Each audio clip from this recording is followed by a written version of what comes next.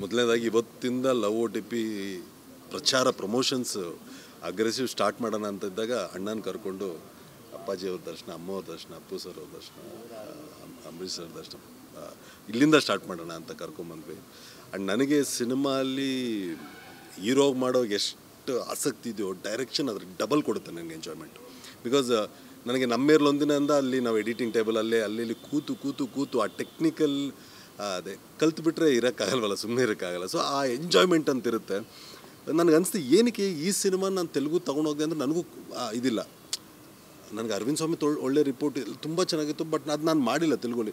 ಅದೇನೋ ಗೊತ್ತಿಲ್ಲ, ತುಂಬ ಸ್ಟ್ರಾಂಗಾಗಿ ಅನ್ನಿಸ್ತು. ನಾನು ಲವ್ ಓ ಟಿ ಪಿ ಬರೆದಾದ್ಮೇಲೆ ಇದನ್ನು ಬೈಲಿಂಗ್ ಮೇಲೆ ಮಾಡೋಣ, 2 ಲ್ಯಾಂಗ್ವೇಜಲ್ಲೂ ತೊಗೊಂಡೋದ್ರೆ ತುಂಬ ಚೆನ್ನಾಗಿರುತ್ತೆ.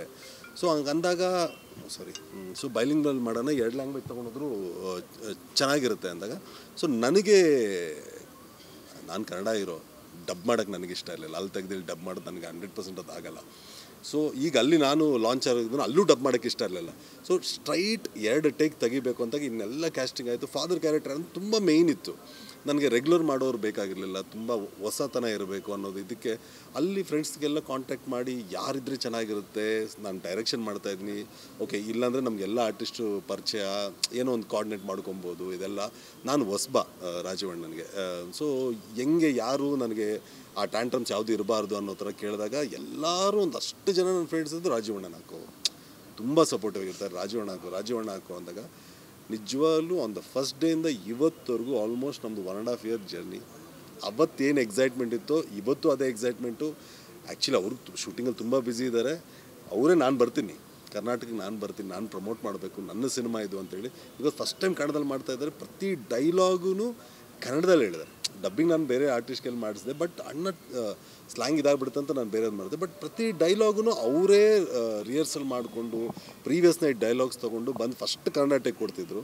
ಸೊ ನನಗೆ ಆ ಖುಷಿ ಇದೆ. ಅಂದರೆ ನಾನು ತೆಲುಗು ಆರ್ಟಿಸ್ಟ್ನ ಹಾಕ್ಕೊಂಡು ಮಾಡಿದ್ರೂ ನಮ್ಮ ಕನ್ನಡದಲ್ಲಿ ಅವ್ರು ಡೈಲಾಗ್ ಹೇಳಿದ್ದಾರೆ. ನಮ್ಮ ಕನ್ನಡ ಡೈಲಾಗ್ಸ್ ಅವ್ರ ಬಾಯಲ್ಲಿ ಕೇಳಿದ್ದು, ಅವ್ರು ಎಂಜಾಯ್ ಮಾಡ್ಕೊಂಡು ಹೇಳಿದ್ದು ತುಂಬ ಖುಷಿ ಇದೆ. ಆದಷ್ಟು ಬೇಗ ರಿಲೀಸ್ ಡೇಟ್ ಅನೌನ್ಸ್ ಮಾಡ್ತೀವಿ. ನಮಗೂ 2 ಲ್ಯಾಂಗ್ವೇಜ್ ಇರೋದ್ರಿಂದ 2 ಡಿಸ್ಟ್ರಿಬ್ಯೂಟ್ರು 2 ಇದು. ಬಟ್ ನವಂಬರಲ್ಲಿ ಬರೋ ಎಲ್ಲ ತಯಾರಿಗಳು ನಡೆಸ್ಕೊತಾ ಇದ್ವಿ. ಸೊ ಇವತ್ತಿಂದ ಪ್ರಮೋಷನ್ಸು ಶಾರ್ಟ್ ಸ್ಪ್ಯಾನೇ ಇದೆ. ನಾನು ಯಾವತ್ತೂ ಶಾರ್ಟ್ ಸ್ಪ್ಯಾನ್ನೇ ಬಿಲೀವ್ ಮಾಡ್ತೀನಿ. ಏನೋ 6 ತಿಂಗಳಿಂದ ಮಾಡ್ಕೊಂಬರೋದಕ್ಕಿಂತ ಇರೋ ಒಂದು 35-40 ಡೇಸ್ ಏನು ನನಗೆ ಡೇಟ್ ಸಿಗುತ್ತೆ, ಆ ವಿಂಡೋ ಸಿಗುತ್ತೆ, ಅಲ್ಲಿವರೆಗೂ ಅಬ್ಬರದ ಪ್ರಚಾರ ಮಾಡ್ತೀನಿ. ನಿಮ್ಮೆಲ್ಲರ ಸಪೋರ್ಟು ಸಹಕಾರ ಆ್ಯಸ್ ಆಲ್ವೇಸ್ ನನ್ನ ಸಿನಿಮಾ ಮೇಲೆ. ಅನೀಶ್ಗೆ ಅಂದರೆ ಒಂದು ಚಿಕ್ಕ ಸಿಂಪತಿ ಯಾವಾಗಲೂ ಇದ್ದೇ ಇತ್ತು, ಬಟ್ ಈ ಸರಿನೂ ಅದು ಇರುತ್ತೆ ಅಂತ ನಂಬಿಕೆ. ಇಲ್ಲಿಂದ ಅಂದರೆ ನಮ್ಮ ಒಡನಾಟ ಇನ್ನೂ ಜಾಸ್ತಿ ಇರುತ್ತೆ.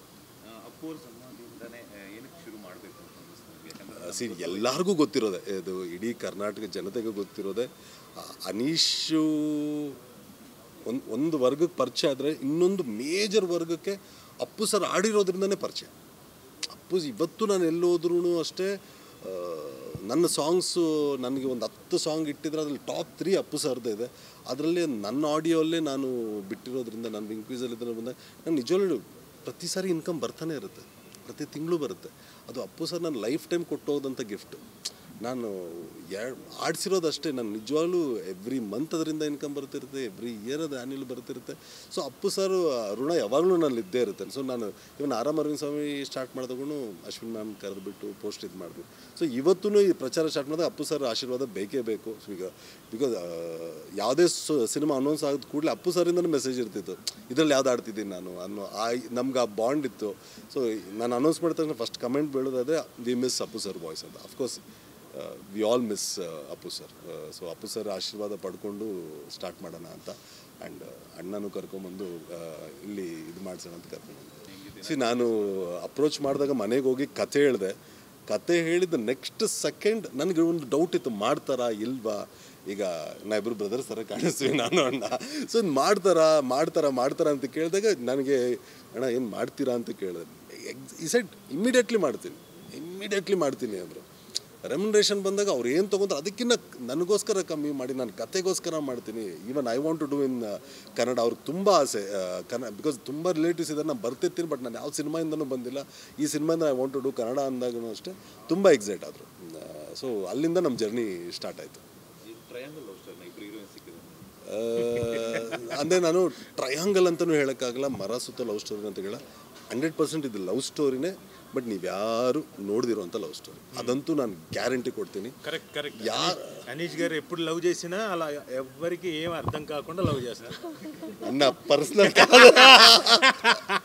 నన్ను పర్సనల్ దల్ల నేను ఏమనలేదు, పర్సనల్గా ఏం చెప్పలేదు. అనీష్ గారు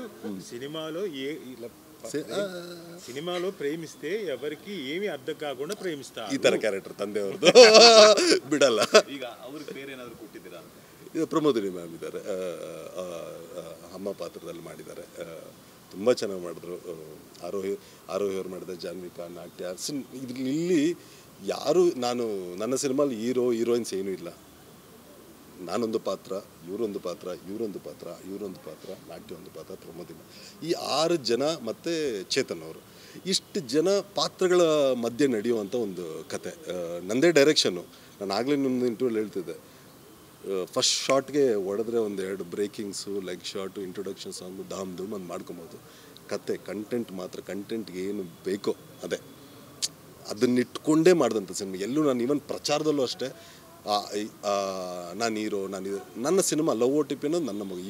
ಇವ್ರ ಪಾತ್ರ ಮಾಡಿದಾಗ ಎಷ್ಟು ಎಂಜಾಯ್ ಮಾಡ್ತೀನಿ. ಇದೆಲ್ಲವೂ ನಾನು ಸೃಷ್ಟಿ ಮಾಡಿದಂಥ ಪಾತ್ರಗಳಾಗಿರೋದ್ರಿಂದ ಎಲ್ಲರೂ ನನಗೆಲ್ಲ ಪಾತ್ರಗಳು ತುಂಬ ಇಷ್ಟವಾಗಿ ಇದು ಮಾಡಿದೆ. ಒಂದು ಕಂಟೆಂಟ್ ಹೇಳೋಣ, ಮೇಲ್ನೋಟಕ್ಕೆ ಅನೀಶ್ ಒಂದು ಲವ್ ಸ್ಟೋರಿ ಮಾಡ್ತಾ 100% ಇದು ತುಂಬ ಎಂಜಾಯ್ ಕೊಡುವಂಥ ಒಂದು ಲವ್ ಸ್ಟೋರಿ. ವಿಭಿನ್ನವಾಗಿ ಹೇಳೋಕ್ಕೆ ಟ್ರೈ ಮಾಡಿದ್ದೀವಿ. ಒಂದು ಈಗ ನಾವೆಷ್ಟು ಹೇಳಿದ್ರು ಅದು ನಮ್ಮ ಸಿನಿಮಾ ಬಗ್ಗೆ ನಾವು ಹೊಗಳ್ಕೊಂಡಂಗಿರುತ್ತೆ.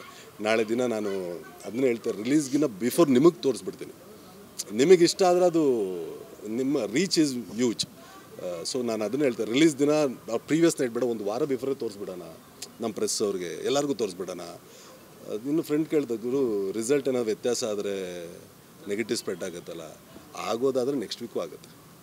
ನಾನು ಅದನ್ನು ಬಿಡಿ, ಆಗೋದಾದರೆ ನೆಕ್ಸ್ಟ್ ಫ್ರೈಡೇ ಅದನ್ನೇ ಆಗುತ್ತೆ, ಬರೋದಾದರೆ ಪ್ರೀವಿಯಸ್ ಬರುತ್ತೆ ಅಷ್ಟೇ. So I believe in my content. So ಎಲ್ಲರಿಗೂ ಬಿಫೋರೇ ತೋರಿಸೋಣ, ಬಿಫೋರೇ ಇದು ಮಾಡೋಣ ಅಂತಲೇ ಈ ಪ್ರಚಾರ ಎಲ್ಲ ಈಗ ಸ್ಟಾರ್ಟ್ ಮಾಡ್ತೀವಿ. ಸರ್, ಎರಡು ರಾಷ್ಟ್ರ ನಾವು ಬಾರ್ಡ್ರಲ್ಲಿ ಡಿವೈಡ್ ಮಾಡ್ಕೊಂಡಿದ್ದೀವಿ ಅಷ್ಟೇ ಅಂತೀನಿ.